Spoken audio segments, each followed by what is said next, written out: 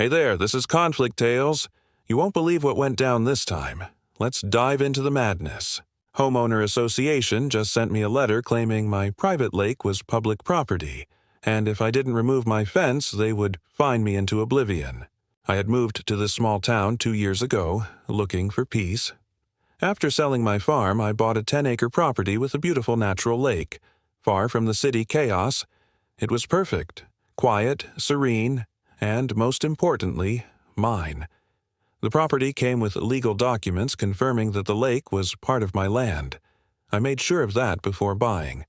I wasn't naive when it came to land ownership disputes, but I never expected the nightmare that was about to unfold.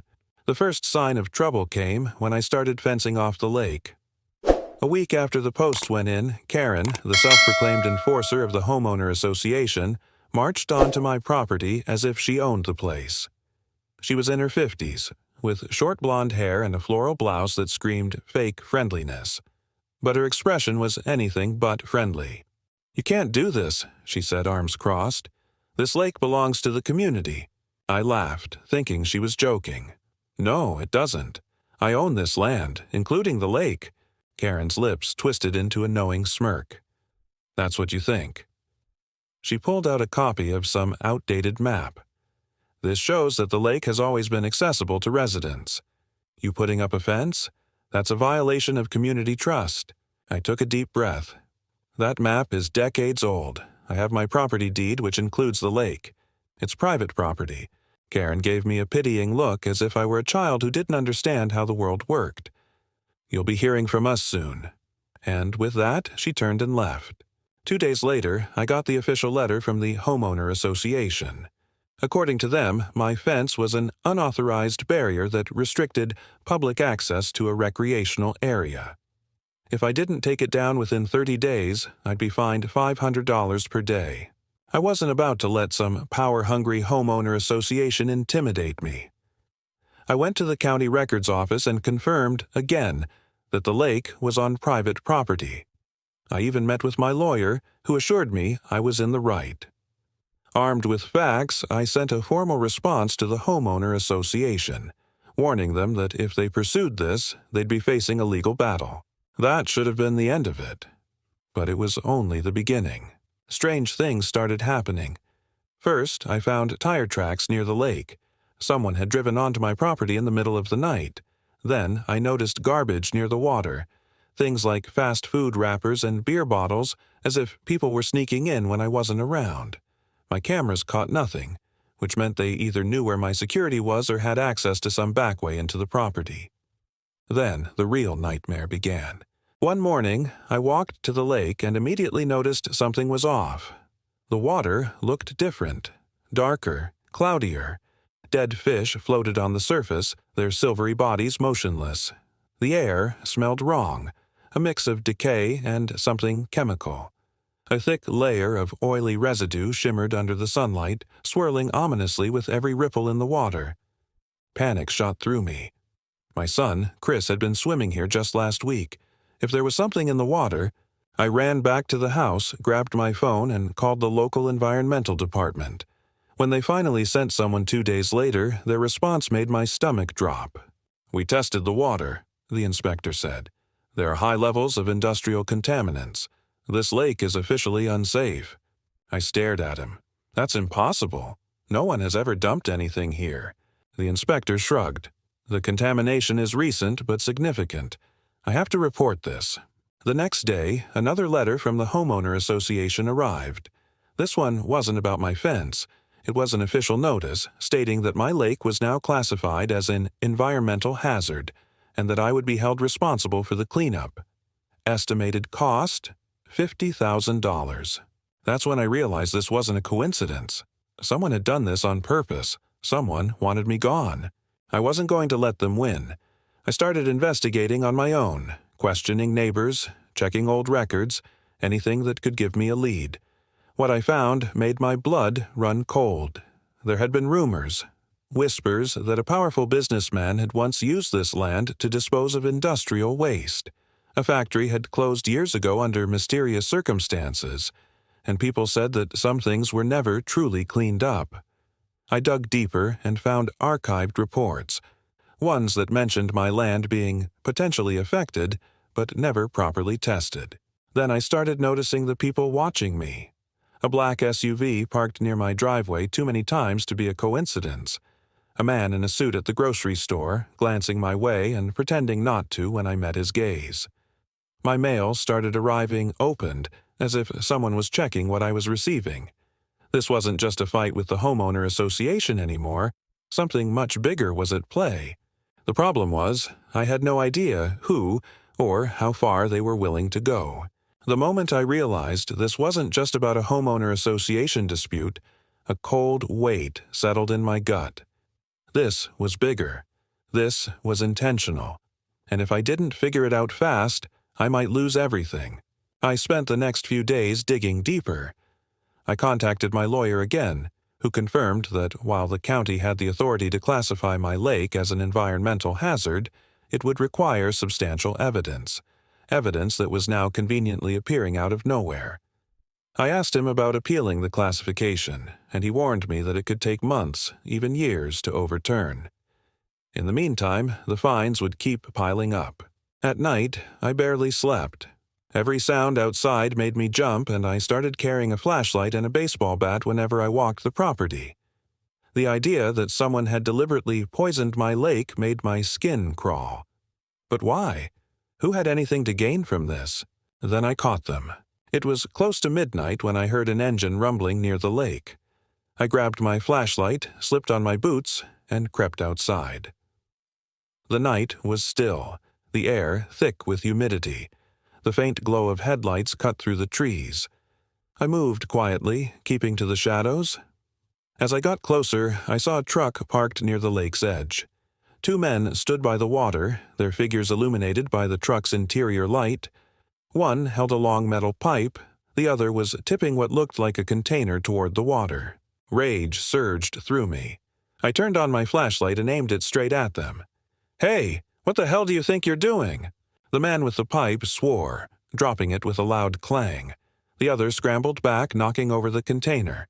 A dark liquid spilled onto the ground, the sharp chemical scent making my eyes water. They bolted for the truck and I ran after them, but they were too fast. Tires kicked up dirt as they sped away, disappearing down the road before I could even get close. I stood there, panting, staring at the puddle of whatever they had been dumping. My hands were shaking. This was proof. But proof of what?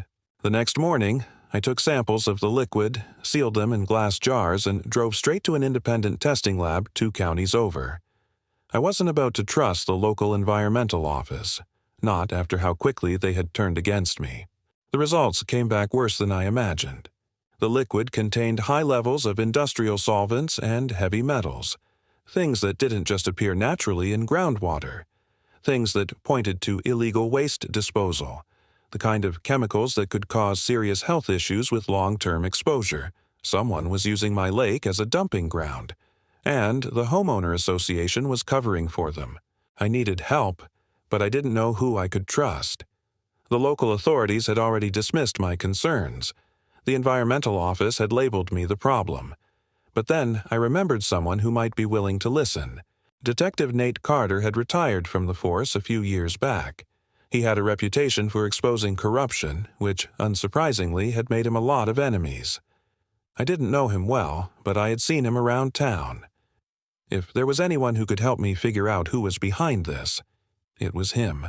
I found him at a small diner on the edge of town, nursing a cup of coffee like he had nothing better to do.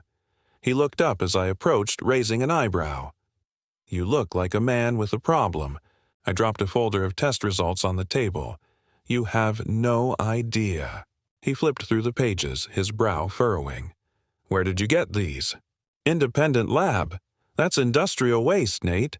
Someone's been dumping it into my lake and the Homeowner Association is helping them cover it up." He leaned back, exhaling sharply.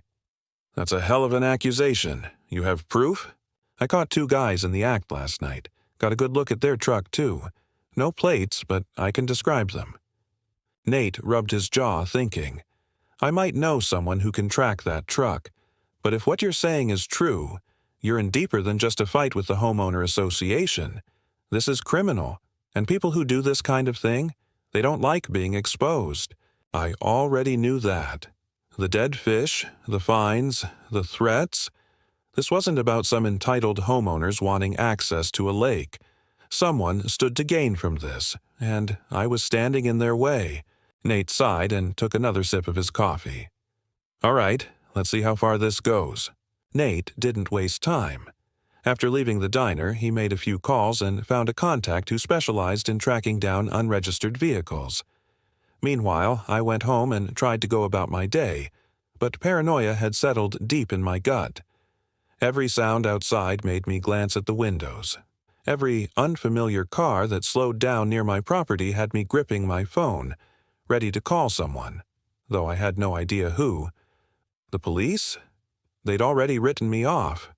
The county environmental office? They were part of the problem. I was alone in this. Then, late that evening, Nate called. I got a lead. The truck you saw, it's been spotted making late-night runs near an abandoned warehouse just outside town. If they're using your lake, they're probably using other places too. Want to take a ride? I hesitated, staring at my reflection in the window. I wasn't some detective. I was a guy who wanted to be left alone, but these people had poisoned my land. I couldn't ignore that. Yeah, let's go. An hour later, we were parked near the warehouse, a crumbling structure with broken windows and rusted-out loading docks. No lights, no signs of life. But Nate was patient. They'll show. People like this don't stop. Too much money involved. I didn't like the sound of that. So it's organized. Has to be. Small-time dumpers don't go after private landowners like you. They slip waste into ditches and move on. Whoever's behind this is getting paid big. He handed me a pair of binoculars. Keep watch. An hour passed before anything happened. A truck rumbled in from the side road, slowing as it approached the warehouse. Two men climbed out, one pulling a heavy chain off the loading dock while the other rolled barrels off the truck bed. The way they moved, quick and mechanical, told me they'd done this a dozen times before. My jaw clenched as I realized this wasn't just about my lake. Nate was already on the phone, speaking in low tones. Yeah, we got eyes on them.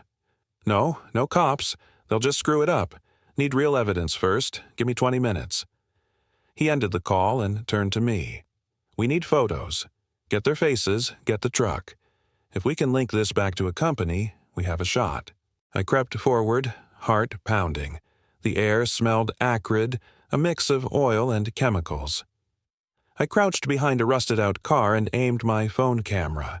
A few clicks, then I zoomed in on their faces. One of them was older, maybe late 50s with a thick gray beard. The other was younger, but something about his uniform caught my attention. A small logo near his chest. I snapped a picture before realizing what it was, the same emblem I'd seen on the sign outside a local factory. Got them, I whispered, moving back. They work for Grant Industries. Nate's face darkened. Then this is worse than I thought. Grant's got friends in high places. We need more than just photos. We need them in the act. Before I could respond, the younger man froze and looked right in our direction. My stomach dropped. Shit, Nate muttered. Run. We bolted toward the trees as a flashlight beam cut through the night. A voice barked orders behind us, followed by the sound of boots slamming against the pavement. I crashed through branches, lungs burning, mind racing. Then, suddenly, a sharp sting tore across my arm. I'd run straight into barbed wire. I bit back a curse and kept moving, following Nate until we reached his truck. We dove in, and he floored it. The headlights of another vehicle flared behind us. They're following us, I gasped. Nate didn't even flinch. Let them. We'll lose them in the back roads. The truck behind us gained speed, its high beams flashing, but Nate knew these roads better. He took a sharp turn onto an unpaved trail, and within minutes the other vehicle disappeared in the dust. My chest was heaving as I turned to him. They saw us. What now? He exhaled sharply. Now we go public. This isn't just about you anymore. As the truck bounced over the rough dirt road, my pulse pounded in my ears. The realization settled deep. This wasn't just a battle over my land anymore. This was about something much bigger, and I had no idea how deep it went. I needed answers, and fast. The moment we hit the highway, Nate made another call. "Yeah, it's worse than we thought. Full-scale operation. They're dumping industrial waste. Private landowners are targets. They'll come after more." A pause. "Yeah, we need to blow this open, now." I watched him, realizing how serious this was. It wasn't just my lake. It wasn't just about me. Others were being used the same way, and if we didn't expose this, it wouldn't stop. But if we went public, I'd be putting a target on my back. "You sure about this?" I asked, my voice Homeowner Associationers. Nate met my eyes, his expression grim. "You don't get it yet, do you? You're already in it. You can't back out now." I swallowed hard, looking out at the dark road ahead. He was right. There was no going back. Nate drove in silence for a while, his knuckles tight around the steering wheel. The road ahead stretched into the darkness, empty and quiet, but I could still feel the weight of the chase pressing down on me. The headlights from the other truck were gone, but the tension hadn't faded. If anything, it had deepened. This wasn't just some corporate greed playing out in the background. This was an operation, and we had just made ourselves a problem. He finally spoke. "We need to be smart about this. If we go public without enough evidence, they'll shut it down before we get anywhere." I ran a hand over my face, feeling the sting of the cuts from the barbed wire. "So, what do we do? Sit back and wait for them to come after me?" He shook his head. "No. We take the next step. We dig until they don't have anywhere to hide." I didn't like the sound of that. I wanted to believe that calling the right people would be enough, that the authorities would do something if they had the truth laid out in front of them. But I had already seen how deep this ran. If the Homeowner Association, the Environmental Office, and even the police had all turned a blind eye, then what were the odds that exposing this would lead to anything other than more trouble for me? Nate pulled off onto a dirt road, cutting the headlights as he slowed to a stop. The trees around us closed in, casting long shadows in the moonlight. He reached into the glove box and pulled out a small device, holding it up before speaking again. "We need to check your house. If they've gone this far, there's a good chance they've bugged your place." My stomach turned. "Bugged? As in listening in?" He nodded. "If they're running this kind of operation, they'll want to know what you're doing, who you're talking to. They already knew you were a problem. Now they know you've got someone like me involved." I exhaled sharply, my frustration mounting. "And if they have? What then?" Then we turned the tables. We made it back to my property just after 2 a.m. The house was dark, silent, but the unease in my gut hadn't left. Nate handed me the bug detector, showing me how to use it. It looked like a small radio with a dial, designed to pick up frequencies from hidden devices. I moved slowly through the house, sweeping the device over the walls, the furniture, anything that could be hiding a transmitter. The first 2 rooms were clear. The kitchen was fine, but when I reached my office, the dial spiked. Nate frowned. "Check near the desk." I ran the device along the underside of the desk and the dial jumped again. My pulse pounded as I crouched down, searching for anything out of place. Then I saw it. A tiny black device, barely noticeable unless you knew what you were looking for. "Son of a bitch," I muttered, pulling it free. "They've been listening to me this whole time."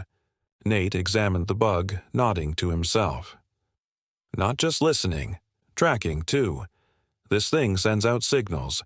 If you've had this here for more than a few days, they already know where you've been going." I swallowed hard. "So what do we do with it?" A slow grin spread across his face. "We use it." I didn't get it at first, but as he explained, it made more and more sense.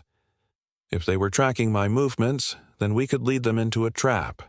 Make them think I was going somewhere important, somewhere worth watching.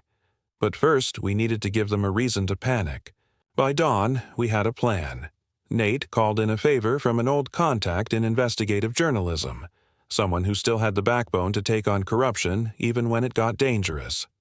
We fed them the basics, just enough to get the wheels turning. Then, we let the bug do its job.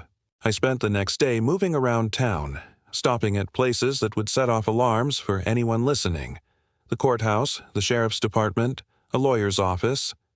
The real fun started when I made a very public visit to the county environmental office. I walked in like I had nothing to lose, demanded records, asked too many questions, made sure every single person in that building knew I wasn't going away quietly.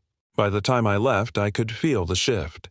The way people stared, the nervous glances between employees. They weren't just annoyed. I had rattled something loose. That night, I sat on my porch with a cold beer, watching the road, waiting. Nate was inside, scanning through the new batch of data he'd pulled from his sources. Then he called out to me, "You're not going to like this." I stepped inside and looked at the screen over his shoulder. He had pulled up financial records, ones that linked Grant Industries directly to members of the Homeowner Association. Payments disguised as consulting fees. Land purchases that led straight to the lake. A slow-burning rage built in my chest. I clenched my fists. They were never trying to take my lake for the neighborhood. They wanted it for themselves. Nate nodded. "And if we don't stop them soon, they're going to make sure you're out of the picture permanently." The revelation of Grant Industries' deep financial ties to the Homeowner Association wasn't just disturbing. It confirmed what I had suspected all along. This wasn't about a simple land dispute. They weren't fighting for community access or environmental regulations. They were after my lake for themselves, and they had already decided that I wouldn't be around to stop them. Nate leaned back in his chair, staring at the screen. The numbers were all there. Transfers disguised as consulting fees, contracts between Grant Industries and Homeowner Association board members, even a few land sales that had quietly shifted ownership over the past year. The lake had been marked for acquisition long before they ever sent me that first letter. I had been their last obstacle, and when I refused to comply, they changed their strategy. I ran a hand over my face, feeling the weight of it all settling in. So, what now? We have proof, but how do we use it? Nate tapped his fingers on the desk. We make them desperate. That was the next phase of our plan. We had already rattled them by making a scene at the county offices, by demanding records and letting them know we weren't going away quietly. Now, we had to push them further, to force them to make a mistake. We spent the next day making noise. I met with a lawyer, not because I trusted the legal system to solve this, but because I wanted the Homeowner Association to see me as a real threat. Nate set up meetings with independent environmental groups, dropping hints about illegal dumping and land corruption. He even leaked a few details to a local journalist who still had enough integrity to recognize a real scandal when it landed in their lap. The response was immediate. That evening, I got a call from an unknown number. I let it go to voicemail, but the message sent a chill down my spine. A deep voice, smooth and controlled. "You don't want to do this. Walk away while you still can." I played it for Nate, who only nodded. They're nervous. That's good. Nervous or not, they weren't backing down. Late that night, motion sensors around my property picked up movement. I grabbed my shotgun and stepped outside, heart pounding. At first, I thought it was just another truck passing too slow on the road, but then I saw them. Two figures moving near the tree line. Too far to make out their faces, but close enough that I knew they weren't just lost hikers. I raised the shotgun, not firing, but making my presence known. "You're trespassing. Leave now." They froze for a second before disappearing back into the trees. A minute later, the distant hum of an engine faded into the night. Nate arrived 20 minutes later, his face grim. "They're testing you, seeing how far they can push before you fold." I clenched my jaw. "Then let's push back." The next morning, we went to the press. The journalist Nate had contacted was already digging into the financial ties between Grant Industries and the Homeowner Association, but we handed over the real bombshell, the industrial waste dumping. The photos, the independent lab results, the evidence that showed my lake wasn't the only place they were using as a toxic landfill. Within hours, the story was out. Local news picked it up first, then a state-level paper, and by evening, a national outlet had taken interest. That was when the real panic set in. Phone calls started flooding my inbox. Messages from unknown numbers, Threats mixed with desperate attempts at negotiation. The Homeowner Association scrambled, suddenly offering to reevaluate their claims on my lake. A lawyer from Grant Industries reached out, suggesting a private resolution. And then the real hammer dropped. An arrest warrant was issued for one of the men we had photographed at the warehouse. He was just a small player, but he must have realized he was expendable, because within hours he started talking. And what he gave the authorities was more than enough to start unraveling the entire operation. Nate grinned when he heard the news. They're done. But I wasn't celebrating yet. I knew how these things worked. The people at the top never fell as hard as they should. Grant Industries would take a hit, sure. The Homeowner Association would be exposed for its corruption. Some mid-level executives might face legal trouble. But the ones really responsible, the ones who had tried to take everything from me, they'd find a way to land on their feet. That night, I got one last call. A familiar voice this time. Karen, the woman who had started all of this with her smug threats and fake authority. But now, she sounded different. Rushed, almost desperate. "You think you won," she said. "You have no idea how deep this goes. You were never supposed to be part of this. You don't know what you've done." I listened to the silence that followed, waiting for more, but she hung up before I could respond. I stared at the phone, my grip tightening. This fight was over, but I wasn't sure the war was.